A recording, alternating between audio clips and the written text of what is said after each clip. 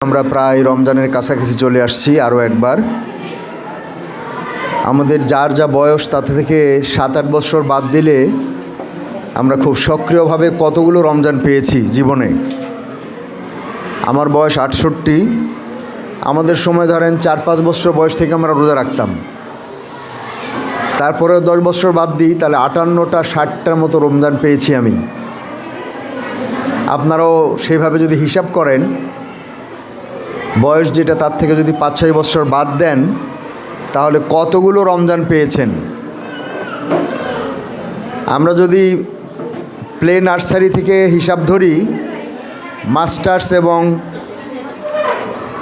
PhD পর্যন্ত যদি বছর ধরি, শিক্ষা বছর, তাহলে কত বছর কতগুলো কোর্স করছি। নিশ্চয়ই 60টা কোর্স আমরা কেউ করিনি, তাই না? আমাদের সময় তো প্লে নার্সারি ছিলই না, 1-2, তাহলে ওদিকে 10, ইন্টারমিডিয়েট 2, 12, অনার্স 4, তখন তো অনার্স 3 বছর ছিল। 4 যদি ধরেন তাহলে 16, তারপরে মাস্টার্স 1 বছর বা 2 বছর, পিএইচডি ধরেন 3 বছর, কত বছর হয়? আর রমজান পেয়েছি 60 বার, 60 বছর, 1 মাস করে। কি হয়েছে তাতে?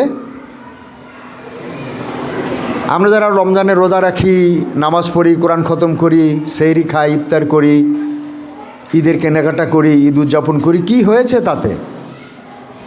সত্যিকার অর্থে আমরা রমজান থেকে কি পেয়েছি আমরা বলতে পারবো না, সোয়াব ছাড়া। যে সোয়াব হয়েছে সেটা কিন্তু দেখা যায় না। তাহলে আমরা না দেখা বিষয়ের পিছনে ছুটতেছি। মরার পরে যখন দেখব কিছু একটা, তখন হয়তো খুশি হবো, যাকে এই জন্য রোজা রাখছিলাম। কিন্তু মরার পরে যদি এরকমই হয় যে কিছুই তো দেখি না, এবং এ ব্যাপারে কোরআন একটা শব্দ আছে, হাবা আম মানসুরা। আল্লাহ বলছেন যে মানুষ অনেক সোয়াবের আশা নিয়ে দাঁড়াবে হাসরের মাঠে, কিন্তু তার ওজনের পাল্লায় যখন পণ্য আসবে না, তখন সে আশ্চর্য হয়ে যাবে। আল্লাহ তাকে জানাই দিবেন যে তোমার এটা বাতাসে ওড়ার মতো যে ধূলিকণা বা তুলা, যার কোনো ওজন নাই, তোমার এই আমলগুলোর এরকম কোনো ওজন হয়নি, মানে এগুলো কবুল হয়নি, সুতরাং সোয়াব পাচ্ছ না। তুমি মনে করছো নামাজ পড়ছি সোয়াব হয়েছে, রোজা রাখছি সোয়াব হয়েছে ইত্যাদি, কিন্তু এগুলো সঠিক হয়নি, ফলের কোনো সোয়াব হয়নি। হাবা আম মানসুরা, এগুলো আল্লাহ বাতাসে উড়াই দিবেন। দেখো তোমার আমল দেখো, হ্যাঁ, ওজন নাই, উড়ে যাচ্ছে, বাতাসে উড়ে বেড়াচ্ছে। তো এটা হলো আমার আত্মসমালোচনা, আপনাদেরকে ঠিক বলা না। আমার আত্মসমালোচনা হলো যে আমি আরও একটা রমজান পেতে যাচ্ছি, আমার জীবনে আরও একটা রমজান পাবো। আমার চিন্তা করা উচিত কি হবে এতে। 60টা রমজানে যদি কিছু না করে থাকি, তাহলে এই 61তম রমজানে আমি বিরাট কিছু করে ফেলবো। এটা কি এমনি এমনি সম্ভব হবে? যেভাবে আমি অতীতে রমজান পালন করছি, সেইভাবে যদি এবারের রমজানও পালন করি, তো একই রেজাল্ট হবে। কিন্তু আমি যদি এটাকে একটা সুযোগ হিসাবে গ্রহণ করি যে না, আমার জীবনের হয়তো শেষ রমজান, এই এক রমজানে আমাকে বাজিমাত করতে হবে। 60টা রমজানে যা করতে পারিনি, এই শেষ রমজানে আমি সেইটা করে আল্লাহকে খুশি করে আমার আমলনামাতে এত ভারী সোয়াব যোগ করব, যার কারণে আমার পুণ্যের পাল্লা ভারী হবে, পাপের পাল্লা হালকা হবে। এটা খালি বললেই হবে না, এই জন্য কিছু করতে হবে। আগে যা করছি তার অনেক কিছু বাদ দিতে হবে, বদলাতে হবে। আগে যেগুলো করিনি তার 2-1টা ঢুকাইতে হবে, তাহলে না পরিবর্তন হবে।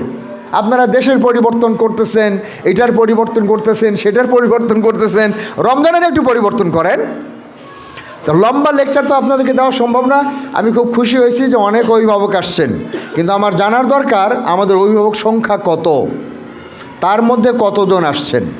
সম্ভবত 60 জনের মতো হবে মহিলা, এখন তত নাই, কারণ বাচ্চাদের জন্য তারা চলে গেলেন। এই বাচ্চাটার টানে আপনি ক্লাসটা মিস করলেন।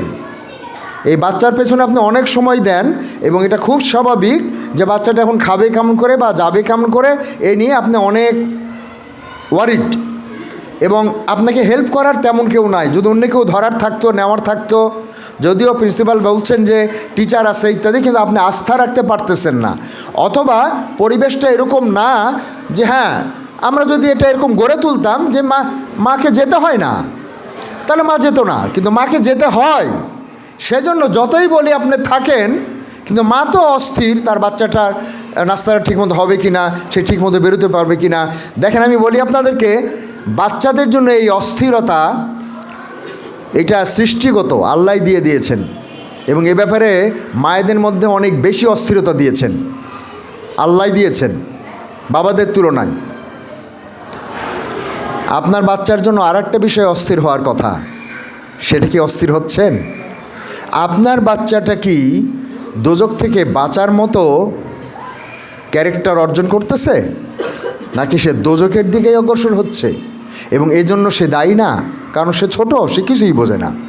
নির্ভর করতেছে আপনার উপরে, নির্ভর করতেছে টিচারদের উপরে, নির্ভর করতেছে পরিবেশের উপরে। আমার বাচ্চা গোল্ডেন এ প্লাস, আমার বাচ্চা MBBS, আমার বাচ্চা আমেরিকাতে পড়ার চান্স পাইছে, কি খুশি আমরা, কি এনজয় করি। আমার বাচ্চাটা দোজকে যাচ্ছে কিনা, বেহেশতে যাচ্ছে কিনা, এটা নিয়ে আমরা কতজন ওয়ারিড, ইভেন যারা হেফজ করাচ্ছে, ইভেন যারা মাদ্রাসায় পড়াচ্ছে। এটা একটা সিস্টেম, পড়াচ্ছে নানা কারণে পড়াচ্ছে। আমরাও দাবি করতেছি যে আমরা কোরআন দিব, কায়দা দিব, এটা করাবো, সেটা করাবো, হাফেজ বানাবো, কিন্তু আমরা পারতেছি না, কিন্তু হচ্ছে না, আমরা যেভাবে চাচ্ছি সেভাবে হচ্ছে না। আবার আমরা আপনাদেরকে যেভাবে বলতেছি সেভাবে আমরা করতেছি না। আমাদেরও সে যোগ্যতা নাই, আমাদেরও সে যোগ্যতা নাই। আমরা আজকে আপনাদেরকে কোরআনের সূরা 23 নম্বর বাকারার রুকুটা আরও একটু এক্সাইটেড করার মতো পড়তে পারতাম না? আপনি কি আমার এই পড়া থেকে এক্সাইটেড হলেন, উদ্বুদ্ধ হলেন? কি সুন্দর পড়া, অদ্ভুত তো, কেমন অর্থ বলল, কীরকম মনের মধ্যে ঢুকাই দিল, বুঝাই দিল, আমরা পারতেছি না। সুতরাং মূল কথা হলো, সামগ্রিকভাবে আমরা কিন্তু সামনের রমাদানটাকেও ওই আগের মতোই পালন করব। আমি আপনাদেরকে একটা উদাহরণ দেই, আমার জন্য বলি। এখানে সানজিদা পড়েছেন রমজানের গুরুত্ব সম্পর্কে, এর মধ্যে উল্লেখ করেছেন তিনি, কিন্তু দ্রুত পড়ে গেছে, তো জাস্ট পাঠ করার জন্য পড়ছে, বোঝানোর জন্য এটা পড়ানো হয়নি।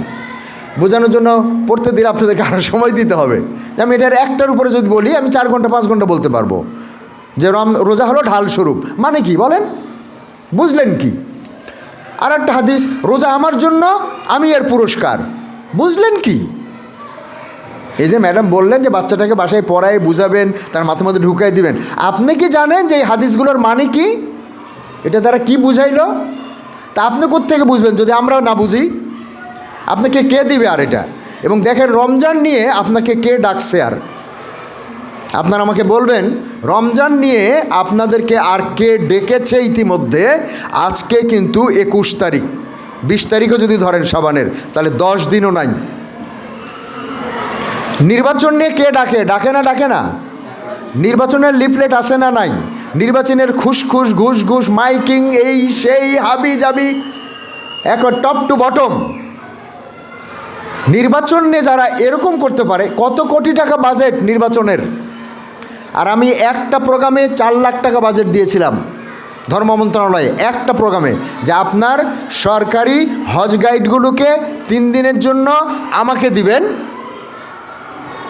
আমি তাদেরকে রমজান সাফল্যে সফল করব, এবং তারা হজের সময় হজ গাইড হিসেবে সফল হবে।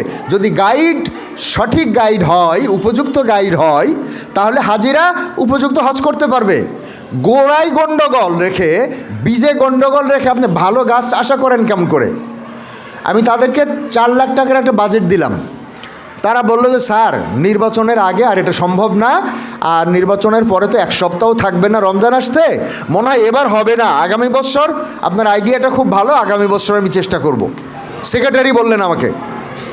আমি তাকে বললাম, আপনি 4 লাখ টাকা জোগাড় করতে হবে না, আপনি শুধু আপনার 130 জন গাইডকে আমার কাছে দিবেন, আমি 4 লাখ টাকা জোগাড় করব। সে বলল, কিভাবে? আপনি এখন রিটায়ার্ড প্রফেসর ইউনিভার্সিটির, আপনি কিভাবে 4 লাখ টাকা জোগাড় করবেন?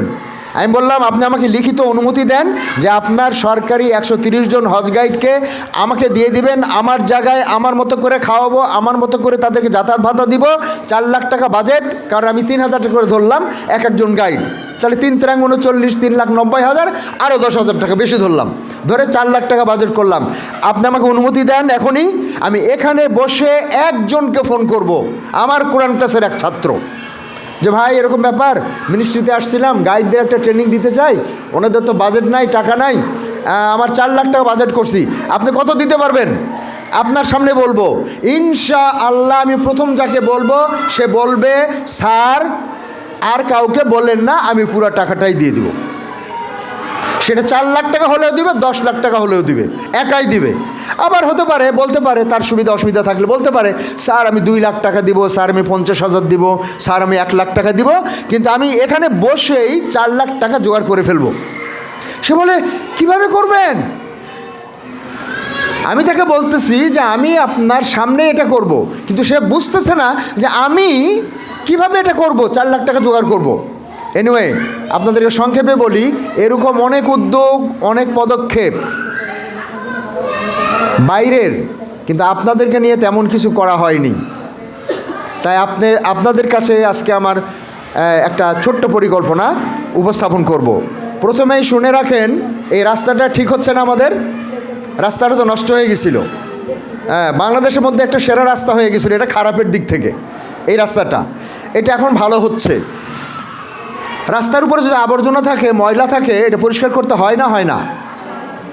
আপনাদের ঘর বাড়িতে পাতিল, হাঁড়ি, বাটি, প্লেট পরিষ্কার করতে হয় না, হয় না?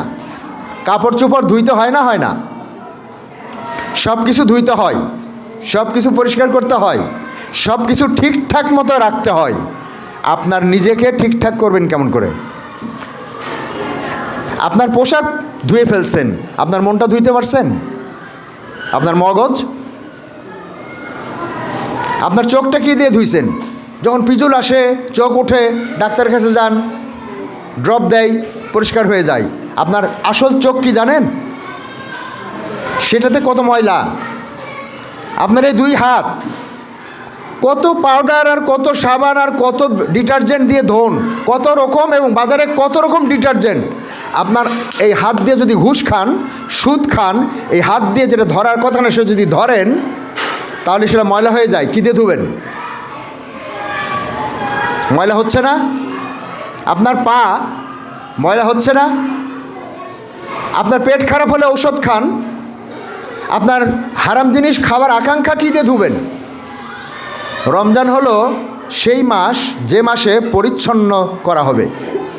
এই রাস্তার মতো পরিচ্ছন্ন, ডাস্টবিন পরিচ্ছন্ন, কাপড় পরিচ্ছন্ন, প্লেট পরিচ্ছন্ন, বাসাবাড়ি ধোয়া মোছা পরিচ্ছন্ন, এভাবে মানুষকেও পরিচ্ছন্ন করতে হবে। মানুষকে পরিচ্ছন্ন করার জন্য রমজান। সুবহান আল্লাহ! যদি এটা ভালো করে বুঝতেন তাহলে এরকম থাকতে পারতেন না যেরকম চারপাশের মানুষ আছে। কেউ এরকম থাকতে পারতো না। আপনার কাপড়টা যদি গন্ধ হয়, বাসায় যদি মেহমান আসার কথা থাকে, তাহলে আপনি ওটা অবশ্যই পরিষ্কার করবেন। নাহলে কি বলবে, তোর এই পর্দাটা এরকম কেন? আপনার ভাই, আপনার মা, আপনার শ্বশুর এসে যদি দেখে আপনার পর্দাটা নোংরা, ময়লা, বলবে এটা কি পর্দা, তোর বাসায় থাকা যায় না, বলবে না? কিন্তু আপনার আচরণ, আপনার দৃষ্টিভঙ্গি, আপনার কথাবার্তা, আপনার ভাবসাব, চলাফেরা, এগুলো যে ময়লা ধরে গেছে, শয়তান যেগুলোতে ময়লা ফেলাই দিছে, নষ্ট করে দিছে, ছিন্ন ভিন্ন করে দিছে, সেলাই করার কোনো ব্যবস্থা করেননি। রমজান হলো সেই মাস, আপনার ছিঁড়া কাঁথাটা সেলাই করে দিবে, আপনার বালিশটাতে ময়লা হয়ে গেছে পরিষ্কার করে দিবে, আপনাকে একটা পরিচ্ছন্ন নতুন মানুষের রূপ দান করবে রমজান। এটা কি খালি বললেই হবে? আপনাদের কাছে অনুরোধ হলো, আমি পিছনে অনেকেও বলি, সবাইকে বলি, কালকে ওনার উপরে রাগ করছি আমি। সব দোষ ওনারই না, আমারও অনেক দোষ। আগে আমি আলিফ একাডেমিতে সময় দিতাম না। আপনারা যারা পুরাতন তারা জানেন আমি আলিফ একাডেমিতে সময় দিতে পারি না। আমার হলো বিচ্ছিন্ন কাজ, নানা রকম, এক একটা আইডিয়া এক এক সময় আসে, সেটা নিয়ে মাঠে নেমে পড়ি, আগেরটা বাদ পড়ে যায়। আমি চেষ্টা করি যে ভাই আগেরটা কেউ ধরেন, এইটা আপনি করেন, আমি আপনাকে হেল্প করি, আর আমি নতুন আরেকটা ধরি। কিন্তু পুরাতনটা ধরার মতো কাউকে পাই না। যেমন আজকে আপনাদের কাছে বলি, একজন পুরুষ আসছেন, অনেক অনেক অনেক শুক্রিয়া, অনেক শুক্রিয়া। আমি আপনাকেই দায়িত্ব দিব। আর এই স্পোর্টসের দিনে আমার সঙ্গে 4জন পুরুষের পরিচয় হয়েছিল। দে আর ভেরি নাইস। এবং আমি খুব গিল্টি ফিলিং করি এখন যে আসলে আমার অযোগ্যতার কারণেই আলিফ একাডেমির পুরুষেরা টোটালি বিচ্ছিন্ন। তারা আলিফ একাডেমি চিনেই না বলা যায়। কারণ আজকে অফিস আওয়ারে প্রোগ্রাম দিলে পুরুষেরা অফিস বাদ দিয়ে কীভাবে আসবে? কেন আমরা এমন একটা টাইম ঠিক করতে পারি না যে টাইমে পুরুষেরা আসতে পারে। সেখানে হয়তো 50 জনের জায়গায় হয়তো 10 জন আসবে, ঠিক না? তাহলে আমাদের এমন একটা টাইম ঠিক করতে হবে, এমনভাবে তাদেরকে দাওয়াত দিতে হবে, এমন ইস্যুতে তাদেরকে ডাকতে হবে যখন তারা আসতে আগ্রহী হয়। আমরা তো এরকম কোনো উদ্যোগ নিইনি, একটা উদ্যোগ আমি নিইনি। তাহলে আজকে আপনাকে দিয়ে শুরু করি। আর ওই 4 জন স্পোর্টসের দিনের, তাদের আমি নাম মনে রাখছি কিন্তু মোবাইল নাম্বার নিয়ে আমি ম্যাডামের কাছ থেকে নিয়ে আমি পুরুষদেরকে কমিউনিকেট করার, কন্ট্যাক্ট করার চেষ্টা করব। বিশ্বাস করেন, আমার রমজান সাফল্যে সবার আগে আমার পরিকল্পনা, এবং আলহামদুলিল্লাহ আমি মোটামুটি আমার পরিকল্পনাটা মোটামুটি গুছিয়ে নিচ্ছি। আমার সমস্যা হলো, আমি যে সকালবেলা একটা পরিকল্পনা করি, দুপুরের মধ্যে এটা চেঞ্জ হয়ে আর একটা আসে, রাত্রে আর একটা হয়, পরের দিন আর একটা হয়। সুতরাং আমার রমজান পরিকল্পনা কখনো এক জায়গায় থাকে না, একরকম থাকে না। 2 নম্বর, আমার পরিবারকে নিয়ে চিন্তাভাবনা করছি। আমার ওয়াইফের সঙ্গে শেয়ার করলাম, আমার ছেলেকে বললাম, আমার মেয়ে দুটোকে বললাম যে এবার রমজান পরিকল্পনা নিয়ে তোরা কী চিন্তা করতেছিস, একটু লেখালেখি কর, আমাকে একটু জানা, আমরা একটু শেয়ার করব। এখন পর্যন্ত কেউ কিছু বলেনি, হয়তো তাদের জন্য আমাকেই পরিকল্পনা করতে হবে। 3 নম্বর হলো আলিফ একাডেমি, 3 নম্বর হলো কোরআন শিক্ষা কেন্দ্র, কোরআন শিক্ষা কেন্দ্রের স্টাফ, পুরুষ স্টাফ যারা। আর 4 নম্বর হলো আলিফ একাডেমি। আলিফ একাডেমির টিচাররা প্রথম, তারপরে আমার ছাত্ররা। আমি ছাত্রছাত্রীদেরকে নিয়ে কী করতে পারি, যদি আপনারা চান, আপনারা না চাইলে কিন্তু আমি পারবো না। যদি আপনারা চান তাহলে আমি আমার ছাত্রছাত্রীদেরকে নিয়ে কি করতে পারি রমজানে ভাবতেও পারবেন না। কিন্তু একবার করলে আপনারা এটা বুঝতে পারতেন যে না, ঠিক আছে স্যার তো ঠিকই বলছেন। আর এটা করতে গেলে আলিফ একাডেমির অভিভাবক এবং বিশেষ করে মায়েরা 1 নাম্বার, বাবারা 2 নাম্বার। কারণ আলিফের ব্যাপারে মারা ইনভলভ বেশি। তো যারা বেশি ইনভলভ তাদেরকে বাদ দিয়ে যারা কম ইনভলভ তাদেরকে হাত দিলে ঠিক হবে না। কিন্তু বাবাদেরকে আমি বাদ দিব না। আপনাদের যদি 5টা প্রোগ্রাম করি, বাবাদেরকে আমি 1টা করলেই যথেষ্ট। বিশ্বাস করেন, বাবাদেরকে নিয়ে আমি 1টা করলে যথেষ্ট হবে, কিন্তু আপনাদেরকে নিয়ে তো আমার 5টা করতে হবে। তাহলে আপনাদের কাছে আমার অনুরোধ হলো, Alif academy as a whole, teacher, ছাত্রছাত্রী, অভিভাবক মা বা নারী এবং অভিভাবক পুরুষ, তাহলে কতগুলো টায়ার দেখেন। টিচার 1 নাম্বার, 2 নাম্বার ছাত্রছাত্রী, 3 নাম্বার মায়েরা নারী, 4 নাম্বার পুরুষ। 4টা টায়ারে আমি আলিফ একাডেমির রমজান যদি সফল করার চিন্তা করি, তাহলে আমারে আর অন্য কোনো জায়গায় না গেলেও চলবে। আমার ওই জয়পুরহাট যাওয়ার দরকার নাই, আমার রাজবাড়িতে প্রোগ্রাম করার দরকার নাই। যদি একই দিনে প্রোগ্রাম পড়ে যায়, আলিফ একাডেমি বাদ দিয়ে ওখানে যেতে হয়, আমি বলবো আমি যাব না, কারণ আমার হাতের কাছে যেটা সেটা আগে করতে হবে। তো এবার আমার জানি না, হয়তো লাস্ট রমজান হতেও পারে, আল্লাহ ভালো জানে আর কত বছর হায়াত আছে। আপনাদের কাছে অনুরোধ হলো, আমাদের যত আবর্জনা ময়লা মনে, চিন্তায়, ইমানে, আমলে, এই জন্যই বললেন নামাজের কথা, এই বলাতে থেকে হয়ে যাবে? আমাদেরকে উদ্যোগ নিতে হবে যে আমার নামাজে কি কি ময়লা আছে এটা পরিষ্কার করব কেমন করে। সব ময়লা তো একভাবে পরিষ্কার করা যায় না। কোনো কোনো ময়লা ঝাড়ু দিয়ে পরিষ্কার করতে হয়, কোনো কোনো ময়লা সাবান দিতে হয়, কোনো কোনো ময়লা কেটে ফেলে জোড়া লাগাইতে হয়। তা আমাদের এক একজনের ময়লা এক এক রকমের, সেটা পরিষ্কার করার জন্য নানা রকমের ব্যবস্থা করতে হবে। আপনাদের কাছে শুধু এতটুকু আবেদন করব যে আজকে এখানে যারা আসছেন, যারা আসেনি, তাদের কাছে আমরা কিভাবে পৌঁছবো, তাদেরকে কিভাবে অ্যাপ্রোচ করব, এটা আমাদের বের করতে হবে। যারা আসেনি, কেন আসে না এটা আমি আগে বলতাম, আসেনি কেন। যারা আসছে তাদেরকে শুনাইতাম, যারা আসেনি তাদের কথা। লাভ আছে? আমাকে ব্যবস্থা করতে হবে, কি ব্যবস্থা করলে তারা আসবে, কখন ডাকলে, কিভাবে ডাকলে তারা আসবে। তারা যদি না আসে তাহলে আমি যাব কি না, আমার চিন্তা, তারা না আসলে আমি যাব। তাদের লজ্জা দিব যে স্যারই চলে আসছে, এরপরে ডাকলে সে অবশ্যই আসবে। আমরা তো কখনো তাদের কাছে যাই না, আমরা তো তাদের বাসা বাড়ি ভিজিট করি না, আমরা তো তাদের বাচ্চারা কোথায় থাকে, কি খায়, কেমন টয়লেট, কেমন পড়ার টেবিল, কোনো দিন তো দেখিনি, আমি দেখিনি। তাহলে কিভাবে তারা আমার ডাকে আসবে? আমি কি তাদের ডাকে সাড়া দিই? দেখেন আল্লাহ কি বলছে কোরআনে, তোমরা আমার ডাকে সাড়া দাও কারণ আমি তোমরা ডাকলে তোমাদের ডাকে সাড়া দিই। সুবহান আল্লাহ। এই যে যেটা পড়ছে কোরআনের এই রমজান সম্পর্কে আছে, কি বিউটিফুল। যখন তারা আমাকে ডাকে আমি তাদের ডাকে সাড়া দিই, সুতরাং তাদের উচিত আমাকে ডাকা। সুবহান আল্লাহ, কি অদ্ভুত। এখন আপনাদের কাছে অনুরোধ হলো, মেয়েরা আপনারা 3-4 জন আমাকে নাম দেবেন যারা বেশি উৎসাহী, যে স্যার আমাদেরকে যদি কোনো দায়িত্ব দেন, কোনো কাজ দেন, আবার ভয় পায়েন না যে স্যার মনে হয় আমাদের ঘর সংসার সব নষ্ট করে দিবে, উনি যেরকম সব বাদ দিয়ে ঘুরে বেড়ায় আমাদের মধ্যে সব শেষ করে দিবে। না, আপনাদের ঘর সংসার, স্বামী স্ত্রীর সম্পর্ক, ছেলে মেয়ের অবস্থান, এগুলো সব আমি এই সোসাইটির মানুষ, আমি জানি কম বেশি কেমন। সুতরাং এগুলোর মধ্যে যে ভাঙ্গাচোরা আছে, যেগুলো ময়লা আছে ইত্যাদি, এগুলো আমরা সবাই মিলে দূর করতে চাই। আপনার ঘরে ময়লা থাকলে আমারও ক্ষতি।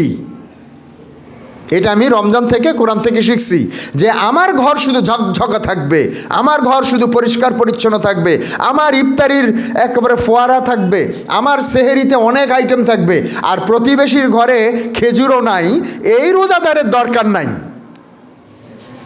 দেখেন, আমি ফিলোসফিটা বলতেছি আপনাদেরকে নিয়ে। আমি চিন্তা করব কেন, যদি আমি আমার রমজান ঠিক মতো সফল করতে চাই, তাহলে আপনাদের রমজান সফল করার জন্য আমাকে চিন্তা করতেই হবে। যদি শুধু আমি আমাকে নিয়ে ভাবি তাহলে আমি পারবো না। আপনারটাও আমাকে দেখতে হবে। যখন আমি আপনারটা ঠিক করতে চেষ্টা করব, তখন আপনি আবার আমার একটা ঠিক করার চেষ্টা করবেন, সবাই মিলে আমরা সফল হতে পারবো। তাহলে 1 নম্বর হলো মেয়েদেরকে, নারীদেরকে, আপনাদেরকে, আপনারা আমাদের অপরাধ ক্ষমা করে দেন, আমরাও আপনাদের অপরাধ থাকলে ক্ষমা করে দিলাম। এখন হলো ক্ষমার মাস রমজান, আমরা ধরে রাখবো না, খালি ক্ষমা করে দেব, ভুল ধরবো না, ভুল ঠিক করে দেব। আপনারা দায়িত্ব নেন কয়েকজন, এটা যদি আমি শাহানাকে বলি তার উপর ইনজাস্টিস করা হবে যে আপনি এটা করেন, কারণ ওনাকে এটা করতে হবে এবং উনি তখন চাপের মধ্যে পড়বে। কয়টা করবে সে একা? কয়টা করবে? কোরআন ক্লাস অভিভাবকদের উনি চালাইতে চায়। একজন টিচারও আমরা পাইনি যে কোরআন ক্লাস চালাইতে পারে, একজন অভিভাবক পাইনি যে কোরআন ক্লাস চালাইতে পারে। আপনারা যদি কেউ কোরআন ক্লাস চালাইতে পারেন, আমি তো এর জন্য সম্মানই দিব আপনাকে, বিশ্বাস করেন। এবং আপনারা যদি ভালো কোরআন ক্লাস চালাইতে পারেন, তো এর চাইতে ভালো চাকরি আপনাকে কেউ দিতে পারবে না, আমি পারবো ইনশাল্লাহ। আপনারা জানেন একজন ভালো কোরআন ক্লাসের ভালো শিক্ষক পাইলে আমি কত বেতন দিতে পারি? কল্পনা করতে পারবেন না, কল্পনা করতে পারবেন না। আমাকে জাহাঙ্গীরনগর বিশ্ববিদ্যালয়ে সুপার নিউমেরিটি প্রফেসর হওয়ার জন্য চেয়ারম্যান বললো, আমি শুনলাম না, ভিসিকে বললো। ভিসি আমাকে রিকোয়েস্ট করলো, স্যার ও বলতেছে, চেয়ারম্যান বলতেছে আপনি রাজি হয়ে যান। আমি বললাম ভাই আমি রাজি হব না, আমার পক্ষে সময়, আমার অনেক কাজ আছে, অনেক দায়িত্ব আছে। আমি এই ছোটোখাটো সুপার নিউমেরিটি প্রফেসর হওয়ার জন্য আমার আর কোনো লালসা নাই। আমি আল্লাহর কাছ থেকে এর চাইতে অনেক বড় দামি, অনেক বড় পজিশনের, অনেক বেশি বেতনের কাজ করতেছি। তখন বলে কি, স্যার কোথায় জয়েন করছেন, বলেননি আমাদেরকে, দাওয়াত টাওয়াত খাওয়ান নাই, কী করতেছেন? আমি বললাম না, ওটা শুনে তোমার লাভ নেই, আমি কোরআনের কাজ টাজ করি তো তাই। ও তো স্যার ওটা করেন, ডিপার্টমেন্টে একটু সময় দিলে অসুবিধা কী? আমি কিন্তু রাজি হইনি, কারণ I have got lot of job. আমি এখন জব করি না, আমি জব দিতে পারি। আপনাদের মেয়ে ওনাকে মাঝে মধ্যে বলি আমি, যে আপনাদের মধ্যে যদি কেউ কোনো কাজে যোগ্য মনে করেন, যেই কাজে আমি একটু সময় দিতে পারবো, এই ধরনের একটা কাজ করতে পারবো, কাম অ্যান্ড সি মি। কি করতে পারেন আপনি? আপনি যদি কোনো কাজ করতে পারেন, সেই যোগ্যতা আপনার থাকে, তাহলে আপনাকে আমরা ইভ্যালুয়েট করে কাজে লাগাতে পারবো। এখন আপনাদেরকে নিয়ে আমার প্রথম কাজ, এখনকার কাজ কে দেখি, এখনকার কাজ হলো রমজান সফল করা। আপনি ধরেন জেরিন ভাই, রমজান সফল করা। একটা ডায়ালগ শুনবেন, সহি হাদিস, মুহাম্মদ রাসূলুল্লাহ বলেছেন, যেটা আপনাদের এখানে পড়ে শোনানো হয়েছে। যদি কেউ রমজান পায় এবং সেটা সফল করতে না পারে, তাহলে সে চরম হতভাগ্য। তার উপরে আল্লাহর অভিশাপ, জিব্রাইলের অভিশাপ, মুহাম্মদের অভিশাপ। আচ্ছা, কে এই দুঃসাহস করবেন আপনারা? কে করতে পারে? হিন্দু, মুসলমান, বৌদ্ধ, খ্রিস্টান, নাস্তিক। আমার সামনে কেউ যদি বলে যে স্যার রাখেন তো এগুলো কথা, আমি পিএইচডি করতে পারলে সফল, আমি বিসিএসে সফল হলে সফল, আমার ফার্স্ট ক্লাস পাইলে সফল, আমি গোল্ডেন A+ পাইলে সফল, আমি ডাক্তার ইঞ্জিনিয়ার হলে সফল, রমজানের দরকার নাই, আমি থেকে 10 মিনিটের মধ্যে ক্যালকুলেশন করে বুঝাই দিতে পারবো। আমি কিন্তু কোনো আলেম না, আমি কিন্তু জুওলজির প্রফেসর ছিলাম, সাধারণ শিক্ষিত। আমি তাকে 10 মিনিটের মধ্যে প্রমাণ করে দিব যে তুমি রমজান সফল না করে যা সফলতা অর্জন করেন না কেন, আপনি সবই আপনাকে ধ্বংস করবে, কেউ আপনাকে রক্ষা করবে না। রমজান যদি সফল করতে পারেন, অন্য কিছু যদি নাও পান, আপনি সফল, আমি এটা প্রমাণ করে দিতে পারবো। এখন আপনাদের কাছে আমি এই নসিহতটাই করলাম যে রসুল সাল্লাল্লাহু আলাইহি সাল্লাম বলেছেন, যে রমজান সফল করতে পারল না সে মহা হতভাগ্য। এবং আমার দৃষ্টিতে আমি সহ, শুধু আপনারা না, আর আপনাদেরকে আমি জানিই না, অনেকে হয়তো মাশাআল্লাহ ভালো করতেছেন, আমি জানি না। আপনি একা একা ভালো করলে কিন্তু বিপদ। আপনি আমাকেও ভালো করার চেষ্টা করবেন না? আমি যদি আপনাদের ভালো নিয়ে চিন্তা করি, আপনাদের উচিত না আমার ভালোটা নিয়ে চিন্তা করা? আপনারা যদি খালি একদিনের সময় দেন এবং শোনেন যে আমি রমজান নিয়ে কি ভাবতেছি, জাস্ট পাগল হওয়ার উপক্রম। কারণ এত আইডিয়া, এত অ্যাক্টিভিটি, কিন্তু দায়িত্ব নেওয়ার কেউ নাই। একজনও বলতেছে না স্যার এটা আমাকে দেন, একজনও না, কেউ না। তাহলে আমি কয়টা করব?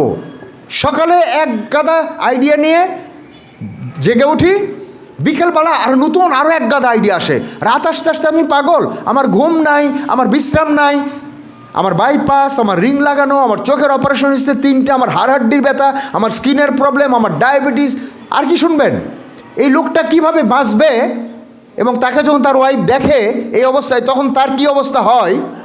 আপনারা খুব সুন্দর করে সেহরি খাবেন, ইফতার করবেন, তাহাজ্জুদ পড়েন, তারাবি পড়বেন, রমজান সফল করে ফেলবেন, 100-তে 100 পেয়ে যাবেন। আর আমি এদিকে মরতেছি। হবে? আসেন শেয়ার করি। আপনারা যদি কেউ কিছু করতে পারেন, কেউ কিছু করার যোগ্যতা থাকে, তাহলে হেজিটেট করেন না, কোনো লজ্জা শরম করেন না। কারণ আমরা তো লোক খুঁজতেছি রে ভাই, আমরা তো কাজের লোক খুঁজতেছি যে যে কাজটা করতে পারে, যেটাই করতে পারেন ইনশাআল্লাহ। আর কোরআন এমন একটা সাবজেক্ট, এখানে কোনো সাবজেক্টের লোকের চাকরির অভাব নাই, সব সাবজেক্ট কোরআনের মধ্যে আছে। তাই আপনাদের কাছে আবেদন হলো যে আপনারা মেয়েদের মধ্যে 5, 7, 8, 10 জন আপনারা শাহানা ম্যাডামের কাছে নাম দেন। আমি আপনাদের কাছে নাম আহ্বান করতেছি। সবাই একরকম হয় না, সবাই সব কিছু পারে না, সবাই একই রকমভাবে সব কিছু করবে তাও না, কিন্তু সবাইকে কিছু না কিছু করতে হবে। তার যেরকম ক্ষমতা, তার যেরকম যোগ্যতা, তার যেরকম সময়, সেরকম করে তাকে কাজ দেওয়া হবে, সেরকম একটা কিছু সে করবে। কিন্তু সবাইকে কিছু না কিছু করতে হবে। আপনারা কাইন্ডলি শাহানা ম্যাডামের কাছে নাম দিবেন যে আমরা রমজান সাফল্যে, আলিফ একাডেমি রমজান সাফল্যে আমরা ভূমিকা পালন করব। আপনাদেরকে বলে দিই, আপনাদের কাজ দিব আপনাদেরকে নিয়ে বসার জন্য। আপনারা আপনাদেরকে গোছায় ফেলেন, ছেলেরা ছেলেদেরকে গোছাক। বাবা এবং মা যদি রমজান সফল করে, ছেলেদের জন্য মেয়েদের জন্য আপনাকে এখন ভাবতে হবে না। বিশেষ করে যারা বাচ্চা ছোট, বাবা মার রমজান সফল তাদেরকে অটোমেটিক্যালি সাফল্য দিবে। আর যারা বড় হয়ে গেছে, যেমন আমার ছেলে মেয়েরা বড় হয়ে গেছে, যারা এখন নিজের মতো চিন্তা করে, ভাবে, তাদেরকে আমাদের কিছুটা গাইডলাইন দিতে হবে। কিন্তু যারা ছোট, তাদেরকে আপনাদের ভাবতে হবে না। আপনারা শুধু আপনাদের রমজান সফল করেন। তাহলে মেয়েরা মেয়েদের এখানে একটু ভাববেন, আলিফ একাডেমির প্রত্যেকটা অভিভাবককে আমি কিভাবে রমজান সাফল্যে একটু হলেও যুক্ত করব, এই ব্যাপারে আপনাদের সহযোগিতা চাই। যদি আপনারা সহযোগিতা না করেন, আমি আল্লাহকে কেঁদে কেঁদে বলবো, আমি তাদেরকে বলেছি, হাত জোর করে বলেছি, আপনি ওদের কাউকে দেননি, সুতরাং ওদের ব্যাপারে আমার কোনো দায়িত্ব নাই। যারা আমার কথা শুনবে না, তাদের পেছনে ঘুরে আমি সময় নষ্ট করব কেন? যারা আমার কথা শোনার জন্য হতে পারে কুড়িগ্রাম অপেক্ষা করতেছে, হতে পারে সিলেটে অপেক্ষা করতেছে, যারা আমার জন্য অপেক্ষা করবে আমি সেখানে যাব। আল্লাহ কোরআনে বলে দিয়েছে এইটা নবীকে, যারা তোমার জন্য অপেক্ষা করে তুমি তাদের কাছে না যেয়ে, যারা তোমাকে সময় দিতে চায় না তাদের পিছনে ঘুরতেছো কেন? 30 পারার একটা সূরা নাম আবাসা, হয়তো অনেকের মুখস্থ আছে কিন্তু মেসেজ পাননি। সুতরাং আপনারা যদি আমার জন্য অপেক্ষা করেন, তাহলে সকল অপেক্ষা বাদ দিয়ে আমি এখানে থাকবো। আর আপনারা যদি আমাকে সময় না দেন, আমি যদি উকি দিয়ে দেখি কেউ নাই, তখন আমি বসে থাকবো না, আমি দৌড় দিয়ে জাহাঙ্গীরনগর যাব, দৌড় দিয়ে সাভার যাব, দৌড় দিয়ে ঢাকা যাবোই, আমি যেতেই হবে আমাকে। একইভাবে পুরুষরা, ওনার নাম্বারটা আমাকে দিবেন, আপনার নাম্বারটা আমি নিয়ে রাখবো এখন। আর হলো ওই 4 জনের নাম্বার নিয়ে আমি আপনাদের মাধ্যমে আপনাদের স্বামীদের, যারা আপনাদের সংসারের আপনাদের সহযোদ্ধা যারা, তাদের নামগুলো জানি হয়তো ওনার কাছে আসে নাও থাকতে পারে, আমি কালেকশন করবো। এটা অনুরোধ করলাম, আপনারা যদি এক জায়গায় হন, তাহলে একদিন আপনারা বসে আধা ঘন্টায় সবার নাম দিয়ে দিতে পারবেন না? নাম, মোবাইল নাম্বার, আপনাদের হাজব্যান্ডদের বা যারা অভিভাবক তাদের দিতে পারবেন না? তাহলে ওটা হয়ে গেল। এখন তাদের সঙ্গে আমরা পুরুষরা যোগাযোগ করব, অথবা আপনাদেরকে দিয়ে আমরা তাদেরকে মেসেজ দিব, আপনারা তাদেরকে উস্কায়ে সুবিধা মতো সময় এখানে পাঠাবেন। তারা আবার আপনাদের জন্য সহযোগিতা করতে পারে। স্যার আমার ওয়াইফ তো কালকে পারবে না, আচ্ছা আমাকে কিছু বললে বলেন। কিভাবে দেখেন দুজন মিলে করতে পারবেন।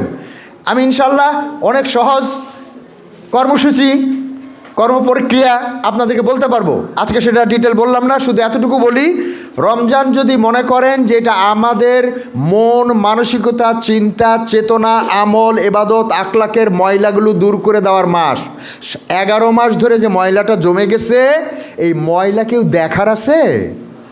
আপনার এখানে যখন কেটে যায় তখন সবাই বলে কিস ইস ভাবি এখানে কিভাবে কেটে গেল, কিছুই করবে না, তাও কত মমতা, ইস কিভাবে এটা হলো, আহারে খেয়াল করেননি কেন, খেয়াল করেন, কত কথা বলবে আপনাকে। আপনার ইমানের উপরে যে কেটে রক্তাক্ত হয়ে গেছে এটা দেখার কে আছে? আপনি নামাজ ঠিকই পড়তেছেন, রোজা ঠিকই রাখবেন, কিন্তু রক্তাক্ত বের হয়ে যাচ্ছে, সব ছিদ্র দিয়ে বের হয়ে যাচ্ছে, কে দেখবে? ওটা সেলাই করবেন না? ওটা ডাক্তারের কাছে যাবেন না? প্রিয় ভাই বোনের আমার, আপনাদের কাছে আমার আকুল আবেদন, রমজানকে অতীতে যেভাবে চিন্তা করেছেন এভাবে চিন্তা করেন না, তাতে কোনো লাভ হয়নি, এখনও লাভ হবে না। মরার আগে পৃথিবীতে রমজান যদি কিছু দিতে না পারে, আমার দৈনন্দিন জীবন প্রত্যেক দিনের জীবন আমার নানাবিধ বিষয়ে রমজান যদি হেল্প করতে না পারে, আমাকে যদি উন্নতি দিতে না পারে, মরার পরে রমজান আপনাকে কি দিবে? যে রমজান দুনিয়াতে দিতে পারে না, যে কোরআন দুনিয়াতে দিতে পারে না, যে নামাজ দুনিয়াতে দিতে পারে না, সেই নামাজ সেই কোরআন সেই রমজান পরকালেও কিচ্ছু দিবে না। রমজান রোজা নামাজ হজ জাকাত দোয়া তসবিহ ইভেন সুবহানাল্লাহ এটা দুনিয়াতেও আপনাকে দিবে এবং পরকালেও আপনাকে দিবে। এটা দুনিয়াতেও আপনাকে দিবে, পরকালে আপনাকে দিবে।